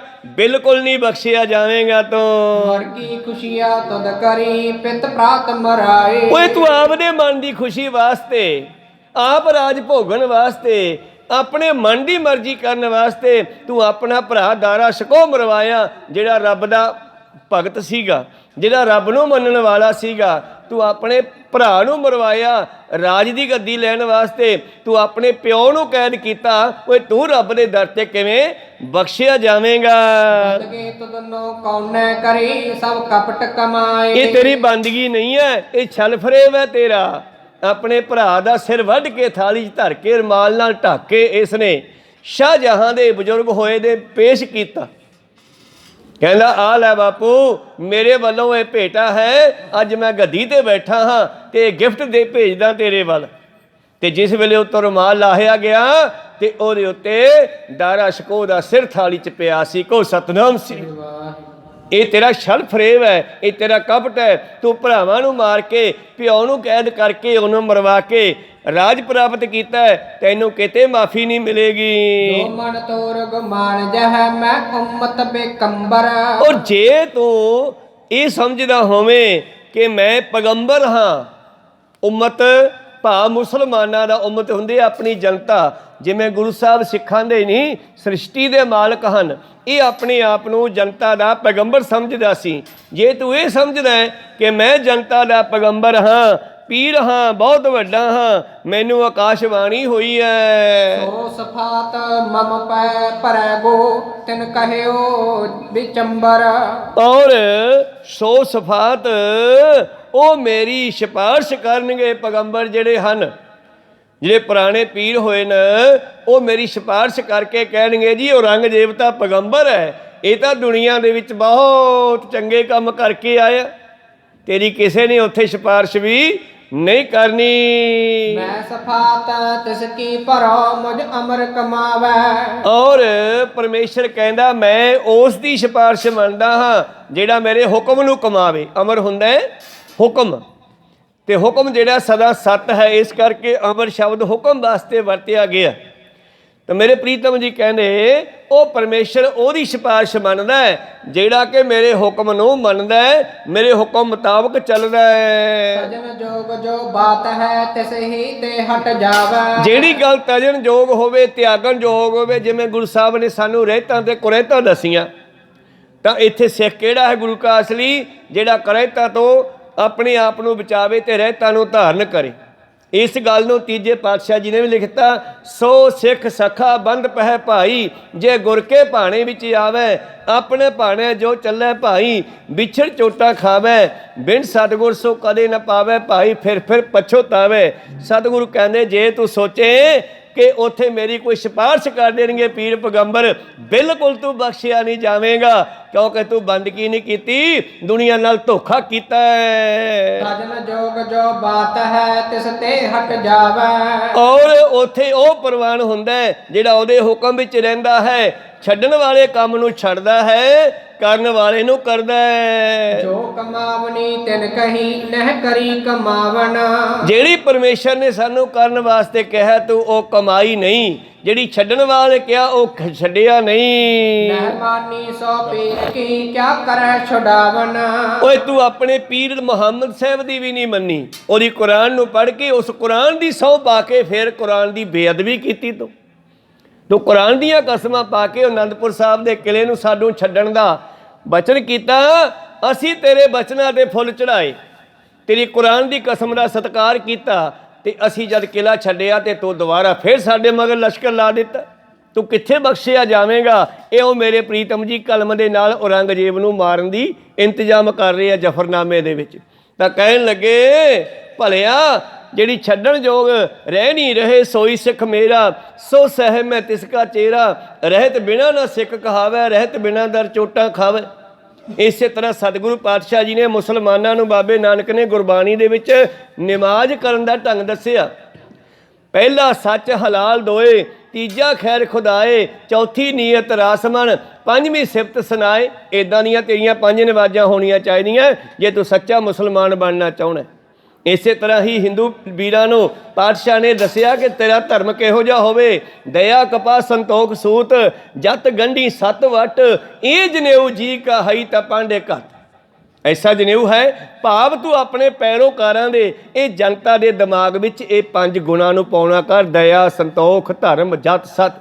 ਦਇਆ ਕਪਾ, ਦਇਆ ਦੀ ਕਪਾ ਹੋਵੇ, ਸੰਤੋਖ ਦਾ ਸੂਤ ਹੋਵੇ, ਜਦ ਦੀਆਂ ਵੱਟਾਂ ਦਿੱਤੀਆਂ ਉਹਨੂੰ ਵੱਟ ਦਿੱਤਾ ਜਾਵੇ, ਤੇ ਸੱਤ ਦੀਆਂ ਗੰਢਾਂ ਦਿੱਤੀਆਂ ਜਾਣ। ਭਾਵ ਇਹ 5 ਚੀਜ਼ਾਂ ਤੂੰ ਆਪਣੇ ਸੇਵਕਾਂ ਦੇ ਦਿਮਾਗ ਵਿੱਚ ਪਾ। ਪਰ ਤੂੰ ਤਾਂ ਧਾਗਾ ਬਣਾ ਕੇ ਜਨੇਊ ਦਾ ਗਲ ਵਿੱਚ ਪਾਤਾ ਕਿ ਮੈਂ ਹੁਣ ਪ੍ਰਵਾਨ ਹੋ ਗਿਆ। ਜਿਸ ਵੇਲੇ ਜਨੇਊ ਦੀ ਰਚਨਾ ਰਚੀ ਬਾਬੇ ਨਾਨਕ ਨੇ, ਉਸ ਵੇਲੇ ਇਹ ਗੱਲ ਕੀਤੀ। ਕਹਿੰਦੇ ਮੇਰੀ ਗੱਲ ਸੁਣੇ, ਜਨੇਊ ਪਾ ਕੇ ਫਿਰ ਬੰਦਾ ਪਵਿੱਤਰ ਹੋਇਆ? ਕਹਿੰਦਾ ਹਾਂ ਜੀ ਪਵਿੱਤਰ ਹੋ ਗਿਆ। ਫਿਰ ਸੋਈ ਵੀ ਜਾਣਦੇ ਜੋ ਹੋ ਗਿਆ। ਕਹਿੰਦੇ ਭਾਵੇਂ ਜਨੇਊ ਪਾ ਕੇ ਲੱਖ ਚੋਰੀਆਂ, ਲੱਖ ਜਾਰੀਆਂ, ਲੱਖ ਕੁੜੀਆਂ, ਲੱਖ ਗਾਲ, ਲੱਖ ਠੱਗੀਆਂ ਪਹਿਨਾਮੀਆਂ, ਰਾਤ ਦਿਨ ਜੀ ਨਾਲ ਤੱਗ ਕਪਾਹੋਂ ਕੱਤੀਐ, ਬਾਹਮਣ ਵੱਟੇ ਆਏ, ਕੋਹੇ ਬੱਕਰਾ ਰਿਨ ਖਾਏ, ਸਭ ਕੋ ਆਖੈ ਪਾਏ। ਕਿ ਐਂ ਪ੍ਰਵਾਨ ਹੋ ਜਾਊਗਾ? ਕਿਸੇ ਪੰਡਿਤ ਨੂੰ, ਕਿਸੇ ਹਰਦਿਆਲ ਪੰਡਿਤ ਨੂੰ, ਉਹਦੇ ਸਾਥੀਆਂ ਨੂੰ ਜਵਾਬ ਨਹੀਂ ਆਇਆ ਬਾਬੇ ਨਾਨਕ ਦੇ ਇਸ ਵਚਨ ਦਾ। ਇਸ ਕਰਕੇ ਬਾਬਾ ਜੀ ਕਹਿ ਰਹੇ ਔਰੰਗਜ਼ੇਬ ਨੂੰ, ਉਹ ਜੋ ਪਰਮੇਸ਼ਰ ਨੇ ਛੱਡਣ ਨੂੰ ਕਿਹਾ ਤੂੰ ਉਹ ਛੱਡਿਆ ਨਹੀਂ, ਜੋ ਗ੍ਰਹਿਣ ਕਰਨ ਨੂੰ ਕਿਹਾ ਸੀ ਉਹ ਤੂੰ ਗ੍ਰਹਿਣ ਨਹੀਂ ਕੀਤਾ। ਦੱਸ ਫਿਰ ਤੇਰੀ ਵਾਸਤੇ ਕੌਣ ਸਿਫਾਰਿਸ਼ ਕਰੂਗਾ? ਗੁਰਪੀਰ ਹਮ ਤਾਂ ਭਰੇ ਜਾਂ ਮੁਰਦਾਰ ਨਾ ਖਾਏ। ਇਹ ਵੀ ਗੱਲ ਬਾਬਾ ਨਾਨਕ ਇਸੇ ਵਿਸ਼ੇ ਤੇ ਕਹਿ ਗਿਆ ਗੁਰਬਾਣੀ ਦੇ ਵਿੱਚ। ਪਾਤਸ਼ਾਹ ਜੀ ਕਹਿੰਦੇ ਹੱਕ ਪਰਾਇਆ ਨਾਨਕਾ ਉਹ ਸੂਰ ਉਸ ਗਾਏ। ਹਿੰਦੂ ਦੇ ਗਾਂ ਖਾਣ ਦੇ ਬਰਾਬਰ ਹੈ ਕਿਸੇ ਦਾ ਹੱਕ ਖਾਣਾ, ਤੇ ਮੁਸਲਮਾਨ ਵਾਸਤੇ ਸੂਰ ਖਾਣ ਦੇ ਬਰਾਬਰ ਹੈ। ਤੇ ਗੁਰੂ ਪੀਰ ਦੀ ਸਿਫਾਰਿਸ਼ ਪਰਮੇਸ਼ਰ ਦੇ ਦਰ ਤੇ ਕਿਵੇਂ ਚੱਲੂ ਉਹਦੇ ਵਾਸਤੇ ਜਿਹੜਾ ਇਹੀ ਕੰਮ ਕਰਦਾ? ਹੱਕ ਪਰਾਇਆ ਨਾਨਕਾ ਸੂਰ ਉਸ ਗਾਏ, ਗੁਰਪੀਰ ਹਮ ਤਾਂ ਭਰੇ ਜਾਂ ਮੁਰਦਾਰ ਨਾ ਖਾਏ। ਤਾਂ ਮੁਰਦਾਰ ਦਾ ਮਤਲਬ ਦੂਜੇ ਦਾ ਹੱਕ ਖਾਣਾ। ਜੇ ਕੋਈ ਇਹ ਨਾ ਖਾਵੇ ਤਾਂ ਗੁਰੂ ਜਾਂ ਪੀਰ ਉਹਨਾਂ ਦੀ ਉੱਥੇ ਸਿਫਾਰਿਸ਼ ਕਰਦਾ ਵੀ ਇਹਨੂੰ ਛੱਡ ਦਿਓ ਜੀ, ਇਹ ਮੇਰਾ ਸਿੱਖ ਹੈ, ਠੀਕ ਚੱਲਿਆ। ਉਹਦੀ ਸਿਫਾਰਿਸ਼ ਹੁੰਦੀ ਹੈ। ਤੇਰੇ ਵਰਗੇ ਦੀ ਕੌਣ ਸਿਫਾਰਿਸ਼ ਕਰੂਗਾ? ਤੂੰ ਨਹੀਂ ਬਚੇਗਾ। ਮਾਇਆ ਦੁਨੀਆ ਕਾ ਰੰਗ ਹੈ ਤਿਸ ਤਾਲਬ ਕੁੱਤਾ। ਇਹ ਮਾਇਆ ਜਿਹੜੀ ਹੈ ਇਹ ਮਾਨੋ ਕਰੰਗ ਹੈ। ਕਰੰਗ ਹੁੰਦਾ ਹੱਡ, ਤੇ ਕੁੱਤਾ ਜਿਹੜਾ ਹੁੰਦਾ ਹੈ ਉਹ ਹੱਡਾਂ ਨੂੰ ਚੱਬਦਾ। ਉਹਦਾ ਖਿਆਲ ਹੈ ਵੀ ਹੱਡਾਂ ਦੇ ਵਿੱਚੋਂ ਬਹੁਤ ਸਵਾਦ ਆ ਰਹੇ ਆ। ਅਸਲ ਵਿੱਚ ਚੱਬਦਿਆਂ ਚੱਬਦਿਆਂ ਉਹਦੇ ਦੰਦ ਹੱਲ ਜਾਂਦੇ ਆ ਕਿ ਉਹਦਾ ਆਪ ਦਾ ਖੂਨ ਨਿਕਲਣ ਲੱਗ ਜਾਂਦਾ, ਤੇ ਉਹ ਖੂਨ ਉਹਦੀ ਜੀਭ ਨੂੰ ਲੱਗਦਾ, ਤੇ ਉਹ ਹੱਡੀ ਨੂੰ ਚੱਬੀ ਜਾਂਦਾ ਵੀ ਸ਼ਾਇਦ ਹੱਡੀ 'ਚੋਂ ਸਵਾਦ ਆ ਰਿਹਾ ਹੈ। ਪਾਤਸ਼ਾਹ ਕਹਿੰਦੇ ਉਹ ਜਿਹੜੀ ਮਾਇਆ ਤੂੰ ਇਕੱਠੀ ਕਰਨ 'ਤੇ ਤੁਲਿਆ ਹੋਇਆ, ਜਿਹੜਾ ਤੂੰ ਸੰਸਾਰ ਨੂੰ ਮੁਸਲਮਾਨ ਬਣਾਉਣ 'ਤੇ ਤੁਲਿਆ ਹੋਇਆ, ਇਹ ਮਾਇਆ ਤਾਂ ਹੱਡੀਆਂ ਦੀ ਨਿਆਈ ਹੈ। ਤੇ ਜਿਹੜਾ ਤਾਲਬ ਹੁੰਦਾ ਹੈਗਾ ਚਾਹਵਾਨ, ਜਿਹੜਾ ਐਸੀ ਮਾਇਆ ਦਾ ਚਾਹਵਾਨ ਹੈ, ਉਹ ਕੁੱਤੇ ਤੋਂ ਵੱਧ ਨਹੀਂ। ਤੋ ਨਹਿ ਬਖਸ਼ਾਵ ਹੈ ਸਭ ਕਰਮ ਅਵਤਾ। ਤੂੰ ਸਾਰੇ ਕੰਮ ਹੀ ਅਵਤੇ ਪੁੱਠੇ ਕੰਮ ਕੀਤੇ ਹਨ, ਤੂੰ ਬਖਸ਼ਿਆ ਨਹੀਂ ਜਾਵੇਂਗਾ, ਤੂੰ ਚੰਗੇ ਕੰਮ ਨਹੀਂ ਕੀਤੇ। ਜੋ ਮਨ ਤੋਰ ਗਮਾਨ ਐਂਬਤ ਕਰੀ ਸਿਕਤਈ। ਸ਼ਿਕਸਤੀ, ਜੇ ਤੂੰ ਇਹ ਹੰਕਾਰ ਕਰੇ ਵੀ ਮੈਂ ਬੁੱਤਾਂ ਦੀ ਪੂਜਾ ਨਹੀਂ ਕਰਦਾ, ਮੈਂ ਹਿੰਦੂ ਧਰਮ ਦੇ ਬੁੱਤਾਂ ਨੂੰ ਤੋੜ ਦਿੱਤਾ ਹੈ, ਲੋਕਾਂ ਨੂੰ ਬੁੱਤਾਂ ਨੂੰ ਪੂਜਣ ਤੋਂ ਮੈਂ ਰੋਕ ਦਿੱਤਾ ਹੈ, ਮੈਂ ਲੋਕਾਂ ਨੂੰ ਡਾਇਰੈਕਟ ਅੱਲਾ ਦੇ ਨਾਲ ਜੋੜ ਰਿਹਾ ਹਾਂ, ਮੁਸਲਮਾਨੀ ਧਰਮ ਦੇ ਵਿੱਚ ਪ੍ਰਵਿਰਤ ਕਰ ਰਿਹਾ, ਮੈਂ ਬਹੁਤ ਚੰਗਾ ਕੰਮ ਕਰ ਰਿਹਾ, ਜੇ ਤੂੰ ਇਸ ਗੱਲ ਦਾ ਹੰਕਾਰ ਕਰਦਾ ਹੈ, ਕਰ ਕਰ ਬਹੁਤੇ ਬਣੇ ਹੋਈ ਆਰਸਤੀ। ਔਰ ਜੇ ਤੂੰ ਇਹ ਸੋਚੇ ਕਿ ਮੈਂ ਜਿਹੜਾ ਹੈ ਬੁੱਤ ਸ਼ਿਕਸਤੀ, ਬੁੱਤ ਪੂਜਣ ਵਾਲਿਆਂ ਨੂੰ ਮੈਂ ਸਜ਼ਾ ਦਿੰਦਾ ਹਾਂ, ਉਹ ਘਰ ਘਰ ਬਹੁਤੇ ਬਣੇ ਹੋਏ ਆਰਸਤੀ, ਇਹ ਤਾਂ ਬੁੱਤ ਸਾਰੇ ਦੁਨੀਆ ਦੇ ਘਰਾਂ ਵਿੱਚ ਬਣੇ ਹੋਏ ਹਨ, ਉਹ ਸਜਾਵਟ ਵਾਸਤੇ ਵੀ ਲੋਕਾਂ ਨੇ ਬਣਾ ਕੇ ਰੱਖੇ ਹੈ। ਜਿਸ ਤਰ੍ਹਾਂ ਮੂਰਤੀ ਬਣੀ ਹੈ, ਬੁੱਤ ਬਣੇ ਆ, ਮਿੱਟੀ ਦੀਆਂ ਫੋਟੋਆਂ ਬਣੀਆਂ, ਕਈਆਂ ਨੇ ਸਜਾਵਟ ਵਾਸਤੇ ਬਣਾਈਆਂ, ਕਈਆਂ ਨੇ ਭਾਈ ਉਹਨਾਂ ਨੂੰ ਆਪਣਾ ਗੁਰੂ ਪੀਰ ਮੰਨਿਆ ਹੋਇਆ। ਪਰ ਪਾਤਸ਼ਾਹ ਔਰੰਗਜ਼ੇਬ ਨੂੰ ਕਹਿੰਦੇ, ਜੇ ਤੂੰ ਹਿੰਦੂ ਧਰਮ ਦੀਆਂ ਬੁੱਤਾਂ ਨੂੰ ਭੰਨ ਕੇ ਇਹ ਸੋਚੇ ਕਿ ਮੈਂ ਧਰਮ ਦਾ ਕੰਮ ਕੀਤਾ ਹੈ, ਤੂੰ ਬਖਸ਼ਿਆ ਨਹੀਂ ਜਾਵੇਂਗਾ। ਔਰੰਗਜ਼ੇਬ ਨੂੰ ਕਹਿੰਦੇ, ਹਿੰਦੂ ਸਭ ਆਰਾਧਤੇ ਟੇਕੈ ਧਰ ਮਾਥਾ। ਉਹ ਹਿੰਦੂ ਲੋਕ ਜਿਹੜੇ ਹਨ, ਚਲੋ ਉਹਨਾਂ ਮੂਰਤੀਆਂ ਰਾਹੀਂ ਪਰਮੇਸ਼ਰ ਦਾ ਧਿਆਨ ਧਰਦੇ ਹਨ, ਉਹਨੂੰ ਮੱਥਾ ਟੇਕਦੇ ਹਨ। ਇੱਕ ਪੰਗਨ ਤੇ ਲੱਖ ਬਣੇ ਇਹ ਜਾਨੋ ਗਾਥਾ। ਤੈਨੂੰ ਇਹ ਪਤਾ ਹੈ ਜੇ ਤੂੰ ਇੱਕ ਭੰਨੇਗਾ ਤੇ ਲੱਖਾਂ ਹੋਰ ਬਣਦੀਆਂ ਹਨ। ਜੋਗ ਮਾਨ ਹੈ ਸਰੇ ਕੋ ਇਹ ਬਖਸ਼ਿਸ਼ ਹੋਵੇ। ਜੇ ਤੈਨੂੰ ਇਹ ਸ਼ਰ੍ਹਾ ਦਾ ਗੁਮਾਨ ਹੰਕਾਰ ਹੈ ਕਿ ਮੇਰੀ ਸ਼ਰ੍ਹਾ ਦਾ ਜਿਹੜਾ ਧਰਮ ਹੈ ਇਹ ਸਭ ਤੋਂ ਉੱਚਾ ਹੈ, ਅਸੀਂ ਮੁਸਲਮਾਨੀ ਧਰਮ ਵਿੱਚ ਪੈਦਾ ਹੋਏ ਹਾਂ, ਇਹ ਹਿੰਦੂ ਸਾਰੇ ਕਾਫਰ ਹਨ, ਅਸੀਂ ਹੀ ਚੰਗੇ ਹਾਂ, ਇਹ ਵੀ ਤੂੰ ਗਲਤ ਕਹਿ ਰਿਹਾ। ਧੰਨ ਗੁਰੂ ਗੋਬਿੰਦ ਸਿੰਘ ਜੀ ਔਰੰਗਜ਼ੇਬ ਨੂੰ ਮਾਰਨ ਦੇ ਲਈ ਇਹ ਜ਼ਫਰਨਾਮਾ ਲਿਖਿਆ। ਕੋ ਸਤਨਾਮ ਸਿੰਘਾਂ ਨੇ ਕਿਹਾ, ਮਹਾਰਾਜ ਤੁਸੀਂ ਕਿਉਂ ਨਹੀਂ ਔਰੰਗਜ਼ੇਬ ਦਾ ਹੀ ਖਾਤਮਾ ਕਰਦੇ ਹੋ? ਇਹ ਹੇਠਲੇ ਸਿਪਾਹੀ ਆਪੇ ਚੁੱਪ ਕਰ ਜਾਣਗੇ। ਤੇ ਪਾਤਸ਼ਾਹ ਕਹਿੰਦੇ ਦੱਸੋ ਫਿਰ ਕਿਵੇਂ ਮਾਰੀਏ, ਕਲਮ ਨਾਲ ਕਿ ਸ਼ਸਤਰ ਨਾਲ? ਤੇ ਪਾਤਸ਼ਾਹ ਨੂੰ ਕਹਿਣ ਲੱਗੇ, ਸਿੰਘ ਜੀ ਕਲਮ ਨਾਲ ਹੀ ਮਾਰ ਦਿਓ। ਇਹ ਕਲਮ ਨਾਲ ਮਾਰਨ ਦਾ ਇੰਤਜ਼ਾਮ ਜ਼ਫਰਨਾਮੇ 'ਚ ਪਾਤਸ਼ਾਹ ਨੇ ਕੀਤਾ। ਲਾਹਨਤਾਂ ਉਸ ਨੂੰ ਪਾਪਾ ਕਰਕੇ ਕਹਿੰਦੇ ਤੂੰ ਹਿੰਦੂ ਧਰਮ ਨੂੰ ਮਾੜਾ ਨਾ ਕਹੇ, ਉਹ ਆਪਣੇ ਧਰਮ ਦੇ ਵਿੱਚ ਰਹਿਣ, ਤੂੰ ਆਪਣੇ ਧਰਮ 'ਚ ਰਹਿ, ਪਰ ਤੂੰ ਇਹ ਗਲਤ ਕਰ ਰਿਹਾ ਹੈ। ਕੀ ਤੂੰ 4 ਮੂਰਤੀਆਂ ਭੰਨ ਦੇਵੇਂਗਾ, ਲੱਖਾਂ ਹੋਰ ਬਣ ਜਾਣਗੀਆਂ। ਸਭੀ ਸਰੇ ਮੈਂ ਬਦੇ ਹੈ ਕਿਵ ਬਖਸ਼ਣ ਜੋਵੈ। ਓਏ ਤੂੰ ਕਹਿਣਾ ਕਿ ਸਾਡੀ ਸ਼ਰ੍ਹਾ ਚੰਗੀ ਹੈ ਔਰ ਮੈਂ ਸਾਰਿਆਂ ਨੂੰ ਸ਼ਰ੍ਹਾ ਦੇ ਵਿੱਚ ਲੈ ਆਵਾਂ, ਇਹ ਤੈਨੂੰ ਫਾਇਦਾ ਨਹੀਂ ਹੋਵੇਗਾ, ਤੂੰ ਬਖਸ਼ਿਆ ਨਹੀਂ ਜਾਵੇਂਗਾ। ਪੰਥ ਸਰਾਹਾ ਕਰ ਬਖਸ਼ ਹੋਏ ਕਿਉਂ ਭੋ ਭਜਨ ਕਰੈ ਕੋ। ਕਹਿਣ ਲੱਗੀ ਸਾਰੀ ਦੁਨੀਆ ਸ਼ਰ੍ਹਾ ਦੇ ਵਿੱਚ ਵੱਜੀ ਹੋਈ ਆ, ਭਾਵ ਬੰਧਨ ਦੇ ਵਿੱਚ ਹੈ, ਸ਼ਰ੍ਹਾ ਦੇ ਰਾਹ ਚੱਲ ਕੇ ਕਿਵੇਂ ਕੋਈ ਬਖਸ਼ਿਆ ਜਾਵੇਗਾ? ਭਾਵ ਕਰਮ ਕਾਂਡਾਂ ਵਿੱਚ ਸਾਰੀ ਦੁਨੀਆ ਫਸੀ ਹੋਈ ਹੈ, ਤੂੰ ਵੀ ਇੱਕ ਸ਼ਰ੍ਹਾ 'ਚ ਵੱਜਿਆ ਹੋਇਆ। ਤੂੰ ਸੋਚਦਾ ਸਾਡਾ ਧਰਮ ਚੰਗਾ ਹੈ, ਹਿੰਦੂ ਮਾੜੇ ਹਨ, ਇਹ ਗਲਤ ਹੈ ਤੇਰੀ ਸੋਚ, ਤੂੰ ਬਖਸ਼ਿਆ ਨਹੀਂ ਜਾਵੇਂਗਾ। ਸੰਤ ਜਨਾਂ ਕੀ ਸੇਵਕੀ ਕਿਉਂ ਜਾਈ ਕਰੈ ਕੋ। ਜਿਹੜਾ ਸ਼ਰ੍ਹਾ 'ਚ ਵੱਜਿਆ ਹੋਇਆ ਉਹ ਸੰਤਾਂ ਦੀ ਸੇਵਾ ਕਿਵੇਂ ਕਰੇਗਾ?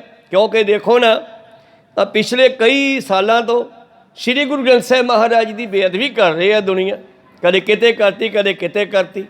ਉਹਨਾਂ ਮੂਰਖਾਂ ਨੂੰ ਇਹ ਨਹੀਂ ਪਤਾ ਉਹ ਆਪਦੀ ਸ਼ਰ੍ਹਾ 'ਚ ਵੱਜੇ ਹੋਏ ਨੇ, ਉਹ ਕੋਈ ਵੀ ਹੈ ਬੇਅਦਬੀ ਕਰਨ ਵਾਲੇ, ਉਹ ਆਪਣੀ ਸ਼ਰ੍ਹਾ 'ਚ ਵੱਜੇ ਹੋਏ ਨੇ। ਇਹ ਸੋਚ ਕੇ ਬਈ ਇਹ ਗ੍ਰੰਥ ਤਾਂ ਸਿੱਖਾਂ ਦਾ, ਇਹਦੀ ਬੇਅਦਬੀ ਕਰਦੇ ਹੋ, ਤਾਂ ਉਹਨਾਂ ਦਾ ਕਿਵੇਂ ਭਲਾ ਹੋਵੇਗਾ? ਉਹਨਾਂ ਮੂਰਖਾਂ ਨੂੰ ਇਹ ਨਹੀਂ ਪਤਾ ਬੇਅਦਬੀ ਕਰਨ ਵਾਲਿਆਂ ਨੂੰ ਕਿ ਇਹਦੇ ਵਿੱਚ 36 ਮਹਾਂਪੁਰਸ਼ਾਂ ਦੀ ਬਾਣੀ ਆ, ਵਿੱਚੇ ਭਗਤ ਬੈਠੇ ਆ, ਵਿੱਚੇ ਭੱਟ ਬੈਠੇ ਆ, ਵਿੱਚੇ ਗੁਰੂ ਪਾਤਸ਼ਾਹ ਜੀ ਦੀ ਬਖਸ਼ਿਸ਼ ਸਦਕਾ ਗੁਰੂਆਂ ਦੀ ਬਾਣੀ ਆ। ਇਸ ਤਰ੍ਹਾਂ ਭਗਤ ਭਾਈ ਸਾਹਿਬ ਭਾਈ ਗੁਰਦਾਸ ਜੀ ਕਹਿੰਦੇ ਹਨ, ਜਦੋਂ ਸੰਸਾਰ ਦੇ ਵਿੱਚ ਉਥਲ ਪੁਥਲ ਹੁੰਦੀ ਹੈ ਤੇ ਕਦੋਂ ਹੁੰਦੀ ਹੈ? ਜਦੋਂ ਦੁਨੀਆ ਧਾਰਮਿਕ ਗ੍ਰੰਥਾਂ ਦੀ ਬੇਅਦਬੀ ਕਰਨ ਲੱਗ ਜਾਵੇ, ਚਾਹੇ ਉਹ ਕੁਰਾਨ ਹੋਵੇ, ਚਾਹੇ ਵੇਦ ਹੋਣ, ਚਾਹੇ ਗੁਰੂ ਗ੍ਰੰਥ ਸਾਹਿਬ ਜੀ ਮਹਾਰਾਜ ਹੈ। ਜਦੋਂ ਸੰਸਾਰ ਦੇ ਵਿੱਚ ਗ੍ਰੰਥਾਂ ਦੀ ਬੇਅਦਬੀ ਹੁੰਦੀ ਹੈ, ਉਦੋਂ ਸਮਝੋ ਸੰਸਾਰ ਦੇ ਵਿੱਚ ਜਿਹੜਾ ਹੈ ਬਹੁਤ ਸਾਰਾ ਉਥਲ ਪੁਥਲ ਹੁੰਦੀ ਹੈ।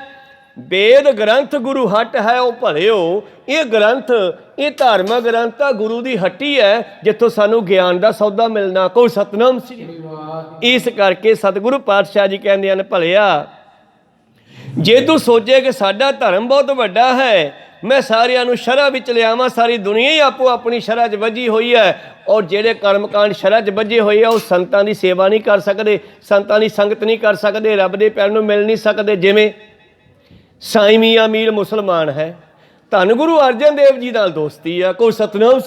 ਇਹ ਸ਼ਰ੍ਹਾਂ 'ਚ ਵੱਜੇ ਹੋਏ ਨਹੀਂ ਦੋਨੇ, ਨਾ ਗੁਰੂ ਸਾਹਿਬ ਸ਼ਰ੍ਹਾਂ 'ਚ ਹੈ ਔਰ ਨਾ ਹੀ ਸਾਈਂ ਮੀਆਂ ਮੀਰ ਸ਼ਰ੍ਹਾਂ 'ਚ ਵੱਜਿਆ ਹੋਇਆ। ਔਰ ਪੰਜਵੇਂ ਪਾਤਸ਼ਾਹ ਲਿਆ ਕੇ ਸਾਈਂ ਮੀਆਂ ਮੀਰ ਦੇ ਕੋਲੋਂ ਹਰਿਮੰਦਰ ਸਾਹਿਬ ਦੀ ਨਿਉ ਕਿਉਂ ਰਖਾਉਂਦੇ ਆ ਕਿ ਇਹ ਸਭ ਦਾ ਸਾਂਝਾ ਭਾਈ। ਦੇਖੋ ਕਿਸੇ ਨੇ ਨਿਉ ਰੱਖੀ, ਕਿਸੇ ਨੇ ਇੱਟਾਂ ਲਾਈਆਂ, ਕਿਸੇ ਨੇ ਉਸ ਦਾ ਪਲਸਤਰ ਕੀਤਾ, ਇਹ ਸਭ ਦਾ ਸਾਂਝਾ ਸਥਾਨ ਹੈ।